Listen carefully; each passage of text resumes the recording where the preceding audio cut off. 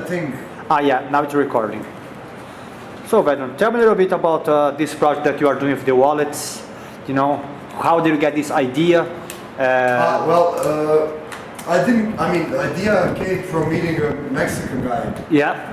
2 years ago in the summer in Croatia, in this spot. He was there staying for a couple of nights, and I was there at the time. It's a spot that is also like a cultural center in Zagreb. I mean, we'll put a link there on this video because I wrote about it on my blog, so you can see the article about that. To make it short story, I met him, and he was making these wallets, and then I bought 2 wallets from him because this was his way of financing his trip. Okay. You know, because he stayed longer than he expected in Europe, and he was making the wallets and you know, selling them, I think, for 20 kuna, which is a couple of euros. Okay. And so I bought 2 for 40 kuna, which is like 7 euro, less 6 euro, less than 6 euro. And then we became friends, and later on we did a bit of traveling around Croatia together. Went to the small Rainbow Festival, and he taught me how to make the wallets. Cool. But he was doing them with a Velcro as well, you know. Okay. And he would put the Velcro up here and on this side, where my button is. Okay. You know. Show me. So, well, basically, I do it with a button. You know, the way the finished product is like that. That's the finished product. So I use the button from the actual carton to open and close it. You see? Yeah. So that's the button. That's how it looks inside. So you have 2 different places for a little bit of money. You can stuck some papers in the middle, and you close it again like that. Cool. So you're using it like you know, like there's something inside in terms of liquid. You close it that way. Okay. Yeah. Okay. So basically, and then he was doing the same thing, but with the Velcro, not with the button. Okay. I came with this idea later. Actually, I don't even remember if I came with it or somebody who was beside me told me. So. Cool. Yeah, so these wallets I've used already in one crowdfunding campaign when I traveled for 2 months with Evelyn around Europe. Yeah. We were visiting different places, different countries, different cities, and talking to people who work with homeless and talking also to homeless people. Okay. Let me stop. Sorry if I'm but how did you start doing that trip? Why did you start? How did you start? For the first place. Honestly enough, it wasn't really planned. Okay. I decided 2 days before the trip to do it. And one of the reasons I didn't, that same December, I wanted to come to Ireland and do some work. Yeah. And because I didn't have experience with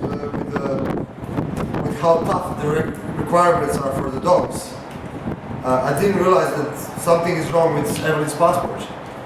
So basically, they had to refuse me on a ferry. I went all the way to Cherbourg, to other part of France, went there, had a ticket, but they couldn't let me board.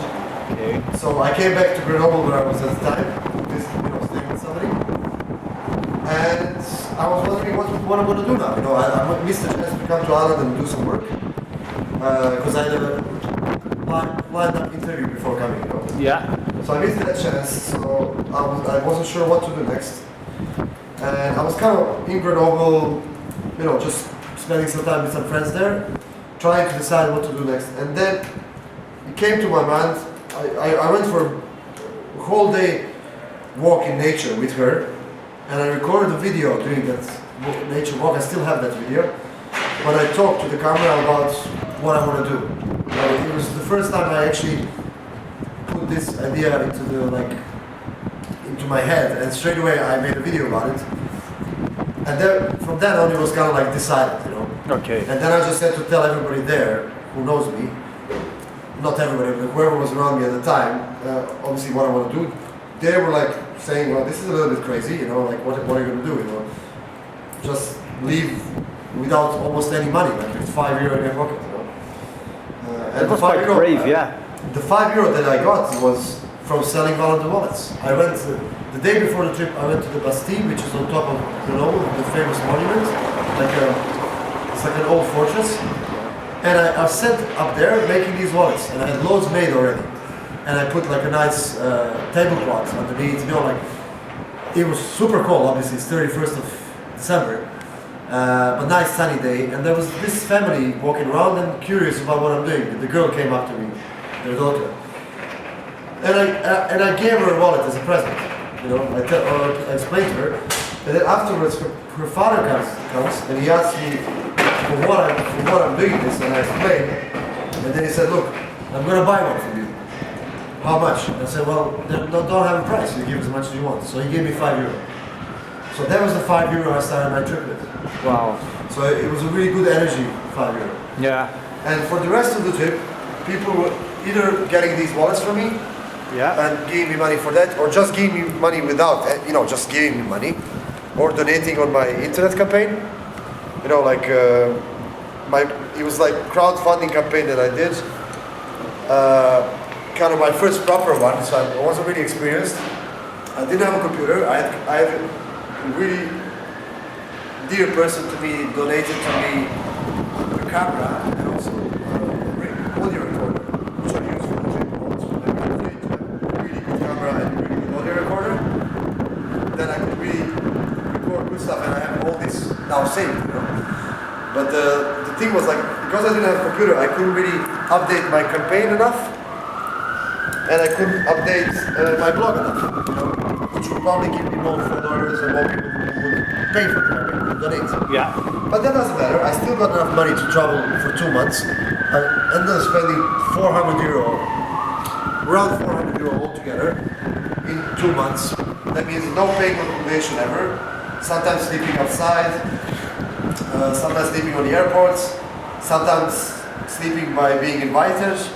Also in a homeless shelter in Switzerland I slept with other homeless. And I also did couch surfing there. Because after like 1/4 of the trip I decided it's much better to do that than to freeze somewhere. So after that I was trying to do couch surfing and it was almost always successful. And when I couldn't, I would go to airports or do something like that in the city. Which I did in Berlin, in Hanover, and in Prague.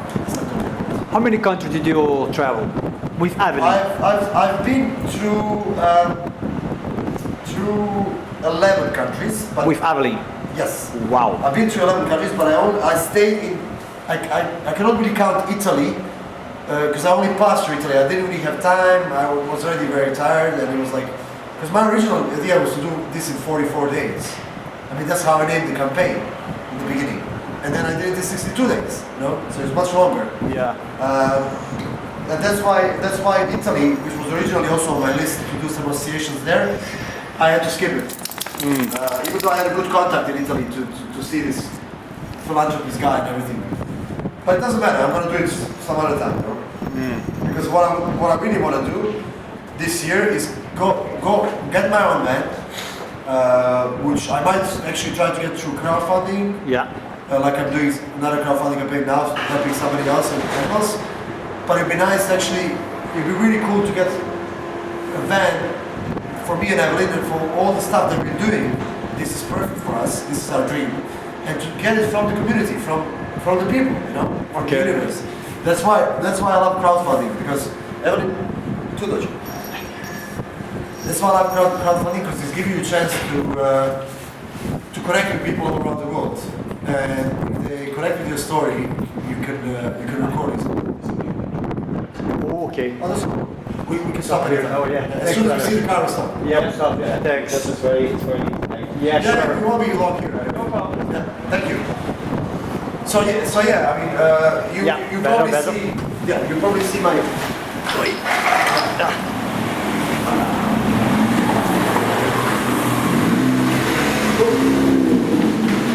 Obviously, to this video that we're doing and other stuff that we're going to be doing articles for Croatia Week Web Portal, also Croatian television on their new media part, they're gonna follow up on this and they're gonna also put it on their website. So we have a good backup on our project that you and me are doing, and I'm really excited about it because we really want to show.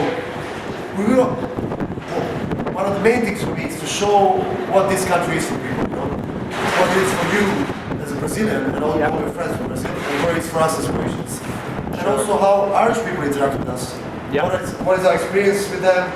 What is their experience with us? And obviously there are other nationalities, Polish, Turkish, all that we can get around to talk to us. It would be great, because this is a small world here, right? Yeah.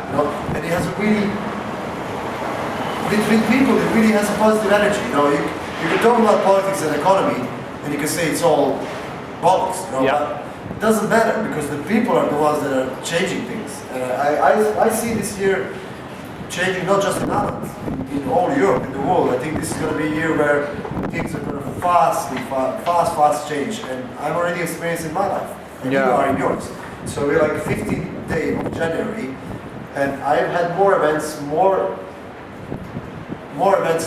those 15 days than in like, I don't know, any other year before. I feel like I've already been 3 months in this year, It's crazy.